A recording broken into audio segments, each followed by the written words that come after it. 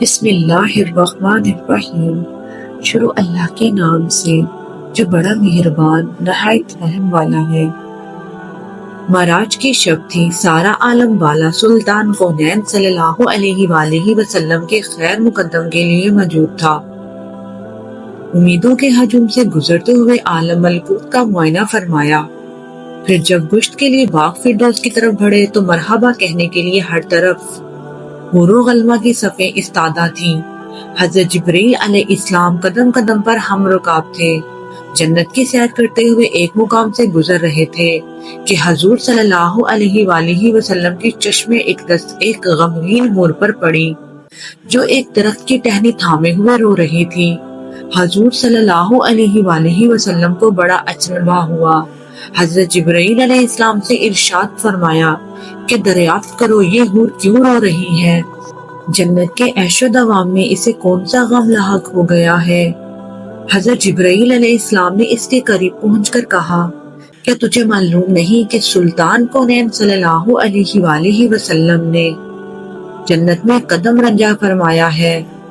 جواب دیا کہ معلوم ہے، جبھی تو غمگین فریادیوں کی طرح اپنا حال بنا رکھا ہے کہ ان کی نگاہ رحمت میرے اوپر پڑے اور وہ میرا حال دریافت کر لیں۔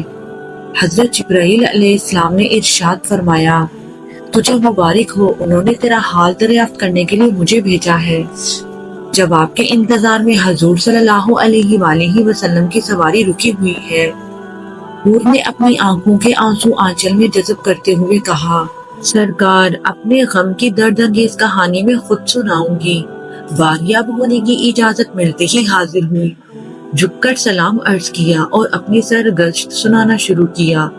یا رسول اللہ صلی اللہ علیہ وآلہ وسلم، اللہ کا لاکھ لاکھ شکر ہے کہ اس نے جنت کی حوروں میں مجھے حسن و جمال کی ملکہ بنایا ہے۔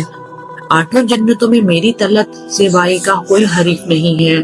اگر بے نقاب ہو جاؤں تو دیکھنے والوں کی آنکھیں خیر ہو جائیں اور جنت میں دوپہر کا اجالا پھیل جائے۔ یا رسول اللہ صلی اللہ علیہ وآلہ وسلم، ایک دن کا واقعہ ہے کہ اچانک میرے دل میں خیال گزرا کہ قیامت کے دن ساری حوریں کسی نہ کسی بندہ مقبول کے حوالے کی جائیں گی۔ عالم الہی میں میرا بھی کوئی جوڑا مقرر ہوگا جس کی رفاقت میں مجھے دائمی زندگی گزارنی ہے۔ یہ خیال آگے بڑھتے بڑھتے ایک آرزو کی صورت میں تبدیل ہو گئی، یہاں تک کہ جنت کی ایک خوشگوار سحر کے وقت میں نے اللہ رب العزت کی بارگاہ میں یہ التجا پیش کی کہ اعلیٰ عالمین، تیری نعمت و احسان کے آگے میری پیشانی ہمیشہ خم رہے گی کہ تو نے مجھے حسن کی بے مثال خلقتوں سے سرفراز کیا ہے۔ اعلیٰ العالمین، مدت سے ایک آرزو سینے میں مچل رہی ہے کہ عرصہ قیامت اپنے جس بندہ مقرب کے حوالے تو مجھے کرے گا، ذرا اس کی ایک جھلک مجھے بھی دکھلا دے، کم از کم یہ تو دیکھ لوں کہ میرا جوڑا کیسا ہے۔ رحمتوں کا دربار جوش میں تھا۔ میری یہ التجا قبول ہو گئی اور حکم ہوا کہ سامنے جو آئینہ رکھا ہے اسے ایک نظر دیکھ لے، اس پر تیرے جوڑے کی جھلک نظر آئے گی۔ یا رسول اللہ صلی اللہ علیہ وآلہ وسلم، میں ارمان اور شوق میں ڈوبی ہوئی آئینے کی طرف بڑھی۔ میرے قدم خوشی سے زمین پر نہیں پڑ رہے تھے کہ آج عالم جاوید کے محبوب ترین ساتھی کو دیکھنے جا رہی تھی۔ جو ہی نگاہ اٹھائی، دل پر ایک بجلی گری اور آرزوؤں کا سارا خرمن جل گیا۔ دل کو کسی کروٹ چین نہیں ہے، ہمیشہ اس غم میں سلگتی رہتی ہوں کہ ایک بد شکل سیاہ فام اور وحشت ناک چہرے کے ساتھ میرا کیوں کر نباہ ہو سکے گا، جبکہ اس کے تصور سے طبیعت کو دہشت ہونے لگتی ہے۔ حضور اکرم صلی اللہ علیہ وآلہ وسلم نے زیر لب مسکراتے ہوئے دریافت فرمایا، اپنے جوڑے کا جو سراپا تو نے آئینے میں دیکھا ہے میرے سامنے بیان تو کر۔ اس نے ٹھنڈی آہ بھر کر کہا، سر سے پا تک مجسم سیاہی، خوفناک اندھیرا، چھوٹی چھوٹی آنکھیں، موٹے موٹے ہونٹ، چوڑے چلے دانت، چپٹی ناک، بھدھا چہرہ اور تنگ و تاریک پیشانی، قد و قامت میں بھی بالکل بے ڈھنگا، چشمہ نور میں نکھری ہوئی چاندنی اور گلو لالا کی بہاروں کے ساتھ اس وحشت مجسم کا پیوند کیوں کر جوڑا جا سکتا ہے؟ وہ جب اپنی بات ختم کر چکی تو حضور صلی اللہ علیہ وآلہ وسلم نے سر اٹھایا، آنکھیں خیرت جلال سے سرخ ہو گئی، ارشاد فرمایا، تو نے جو سراپا بیان کیا ہے وہ تو میرے پیارے بلال کا ہے، ایک عاشق سراپا، ایک مومن وفا کیش اور نگار خانہ ہستی کے ایک گوہر نیاب کو پا کر تو غم نصیبی کا شکوہ کر رہی ہے۔ کیا تجھے معلوم نہیں کہ بلال میرا عاشق مجسم ہے؟ میں نے اپنے پلکوں کے سائے میں اسے پناہ کی جگہ دی ہے۔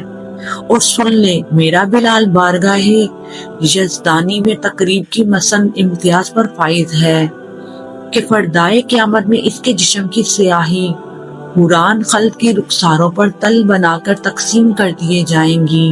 آتش کدہ عشق میں وہ نکھرا ہوا سونا جس نے محبت کی شفتگی میں دونوں جہاں سے منہ پھیر لیا ہے، وہ حسن مجرد کا تماشائی ہے، فردوس کا حسن وہ کیوں کر خاطر میں لائے گا؟